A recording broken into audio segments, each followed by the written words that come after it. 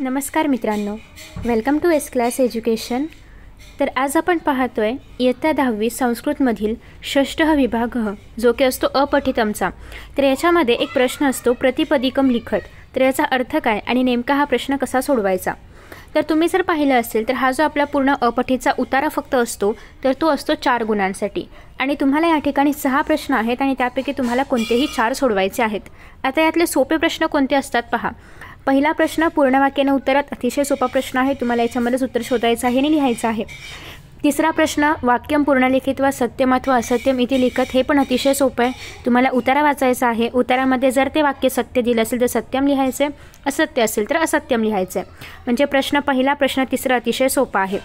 त्याच्यानंतर आहे प्रश्न 5वा। 5व्यामध्ये काय सांगितलंय की गद्यांशामधले जे पण प्रथमा विभक्तीमधले शब्द आहेत ते ओळखून लिहा। आता तुम्हाला जर टेबल्स सगळे बाय हार्ट असतील, सगळे म्हणजे ऑलमोस्ट काही टेबल्स जरी बाय हार्ट असतील तरी पण तुम्ही प्रथम विभक्तीमध्ये कुठले शब्द आहेत ते ओळखून आरामात लिहू शकता। ठीक आहे, सो हा जो प्रश्न आहे हा पण इझी आहे। नेक्स्ट आता आहे चौथा आणि 6वा प्रश्न। ज्यांना माध्यम भाषामध्ये कन्वर्ट करता येतं, म्हणजे संस्कृतमधील एखादं वाक्य आहे त्याला आपल्याला आपल्या माध्यम भाषेमध्ये कन्वर्ट करायचं आहे। आता ही माध्यम भाषा मराठी असू शकते किंवा इंग्लिश असू शकते।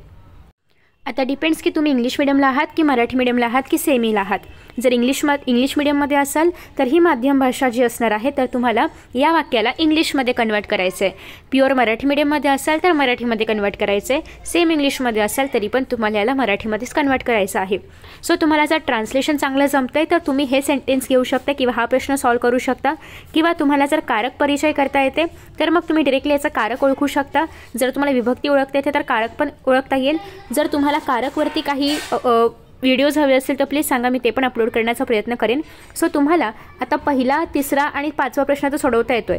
आता फक्त एक कुठला प्रश्न घ्यायचा, एक तर प्रतिपदिकम लिखत घ्यायचा की तुम्हाला माध्यम भाषा लिहायचा आहे की कारक परिचय घ्यायचा आहे। तर या तिघांपैकी तुम्हाला कोणता तरी एक प्रश्न सोडवायचा आहे। आता इथे पहिला प्रश्न जो आहे, तिसरा प्रश्न जो आहे आणि 5वा जो आहे तो तुम्ही सोडवायचाच आहे, याच्यामध्ये कुठला स्किप करू नका। फक्त दुसरा, चौथा आणि 6वा यापैकी तुम्हाला एक निवडायचं आहे। तर माझ्या मते तुम्ही प्रतिपदिकम निवडू शकता, कारण आता तो कसा सोडवायचा आहे मी तुम्हाला सांगणार आहे। आता प्रतिपदिकम लिखत त्याच्यामध्ये आपण मूळ शब्द लिहितो, म्हणजेच काय, सुखानी हा मूळ शब्द आहे का, तर नाही।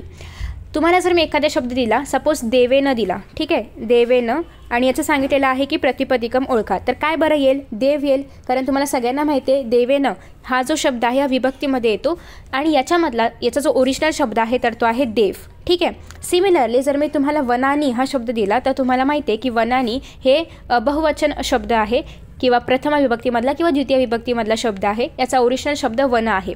तर त्याच पद्धतीने जर तुम्हाला इथे सुखानी दिलं आहे तर सुखानी कोणाप्रमाणे चालणार, अर्थात वनाप्रमाणे चालणार, कारण तुम्हाला विभक्ती लावून पहा ना, वनानी कसं होतं त्याप्रमाणे सुखानी आहे, म्हणजे याचा अर्थ सुखानी याचा पण जो मूळ शब्द असणार आहे तर तो सुख असणार आहे, ज्याप्रमाणे वनानीचा वन असतो।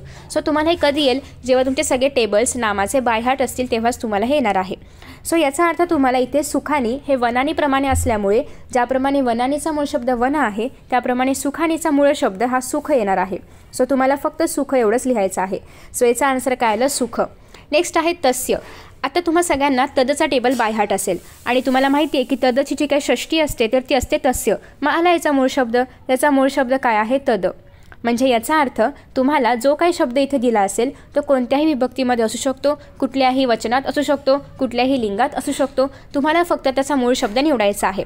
आता तस्यचा टेबल किंवा तदचा टेबल पाठ असल्यामुळे तुम्हाला कळलं की हा शब्द तदचाच षष्टी विभक्ती आहे आणि ते पण एकवचनामधला आहे। सिमिलरली वनचा टेबल पाठ असल्यामुळे तुम्हाला कळलं की वनानीप्रमाणे सुखानी आहे आणि ज्याप्रमाणे वन असतं त्याप्रमाणेच सुख येणार आहे।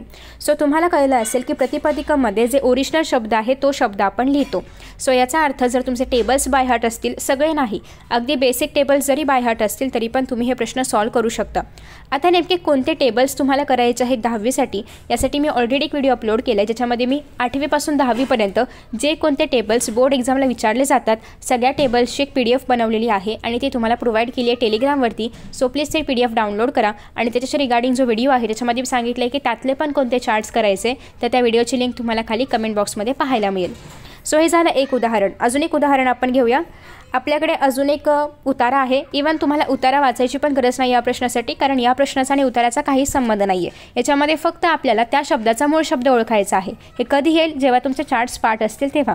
सो याच्यामध्ये काहीच गरज नाही आहे तुम्हाला उतारा समजला पाहिजे किंवा तुम्हाला उतारा जाणून घ्यायचा आहे, वाचायचं आहे, अशी काहीच गरज पडणार नाही. तुम्हाला डिरेक्टली आन्सर लिहायचं आहे, शब्द वाचायचा आणि त्या शब्दाचा मूळ जो शब्द आहे तो ओळखायचा आहे आणि त्याचा आन्सर तुम्हाला लिहायचा आहे. आता अगेन इथे बघा, पुन्हा एकदा प्रश्न दुसरा आहे प्रतिपदिकम लिखत. हे प्रत्येक ठिकाणी असणार आहे. त्याच्यानंतर आता आपल्याकडे अजून एक दुसरा उतारा आहे. षष्ठ विभाग अपठितम 8 गुणांसाठी 4 गुणांसाठी हा उतारा आहे. उतारा तुम्ही रीड करू शकता. हे ऑप्शनल आहे या प्रश्नासाठी, कारण या प्रश्नाचा आणि उताराचा काहीच संबंध नाही आहे. तर आता इथे आपल्याला प्रश्न दिलाय पहिला, म्हणजे शब्द दिलाय पहिला, ते म्हणजे प्राणिनः. आता मला एक सांगा, तुम्ही अशा प्रकारचा कुठला तरी एखादा टेबल वाचला असेल, कदाचित राजा, राजानव, राजानः वाचलं असेल. म्हणजे हे सिमिलर आहे प्राणी, प्राणिनव, प्राणिनःसाठी. म्हणजे याचा अर्थ ज्याप्रमाणे राजा किंवा राजा या टेबलचं मूळ शब्द राजन आहे, त्याचप्रमाणे प्राणी यासाठी प्राणी, प्राणिनव, प्राणिनः आहे. म्हणजे याचा मूळ शब्द येणार आहे राजनप्रमाणे प्राणिन, आणि याच्यामधला जो न असणार आहे तर तो तुम्हाला घ्यायचा आहे हलंत. सो बेसिकली तुम्हाला जर सगळे टेबल्स पाठ असतील किंवा जे मुख्य टेबल्स आहेत ते जरी पाठ असतील तरी पण त्याच्या अकॉर्डिंगली तुम्हाला जो मूळ शब्द आहे तर तो फाइंड आउट करता येऊ शकतो. कारण तुम्हाला जर राजांचा टेबल माहिती असेल तर तुम्ही प्राणींचा टेबल बनवू शकता. कारण राजा, राजानव, राजानः त्याप्रमाणे प्राणी, प्राणिनव, प्राणिनः हा टेबल इथे बनतो. ठीक आहे. आफ्टर दॅट नेक्स्ट आहे अस्माकम. आता तुम्हाला सगळ्यांना माहिती असेल की अस्माकम हा शब्द कशामध्ये येतो? अस्मदच्या टेबलमध्ये येतो. म्हणजे याचा मूळ शब्द काय आहे? अस्मदच आहे. अस्मदचा मूळ शब्दच अस्मद आहे. सो बेसिकली अस्मद याचा आन्सर झालं. फक्त द हलंत आहे. प्राणींमधला पण न जो आहे तर तो हलंत होता. ठीक आहे. सो अशा पद्धतीने अस्माकम असेल किंवा इतर कुठलाही युष्मदमधला पण कुठला पण शब्द असेल तर तो दिला तर तुम्ही आयडेंटिफाय तुम्हाला करता आलं पाहिजे की हा युष्मदमधला शब्द आहे, हा अस्मदमधला शब्द आहे. हे कधी येईल? अगेन जेव्हा तुमचे टेबल्स बाहेर असतील तेव्हा. तर अशा पद्धतीने तुम्हाला हा प्रश्न सोडवायचा आहे. याच्यामध्ये फक्त एवढेच एक्सपेक्टेड आहे की तुम्हाला टेबल्स आले पाहिजेत आणि टेबल्सच्या आधारे तुम्ही जर सगळे पुस्तकं म्हणजे पुस्तकामधले सगळे टेबल्स पाहिले, तुम्हाला कुठेच प्राणीचा टेबल नाही मिळणार, पण प्राणीशी सिमिलर तुम्हाला बरेचसे टेबल्स मिळतील आणि त्याच्या आधारे तुम्ही या प्रश्नाचं उत्तर जे आहे तर ते मिळवू शकता. ठीक आहे. सो आय होप की तुम्हाला प्रतिपदिकम लिखत कसं करायचं असतं किंवा कसं सॉल्व करायचं असतं हे कळलेलं असेल. आणि तुम्हाला जर याचे अजून एक्झाम्पल्स हवे असेल तर मला खाली कमेंट बॉक्समध्ये सांगा. त्याचप्रकारे तुम्हाला जर इतर काही प्रश्नांचे पण नमुना उत्तरं किंवा काही सरावासाठी टिप्स वगैरे काही हवे असतील तर ते पण सांगू शकता. ते पण व्हिडिओज अपलोड केले जातील. So thank you so much for watching this video.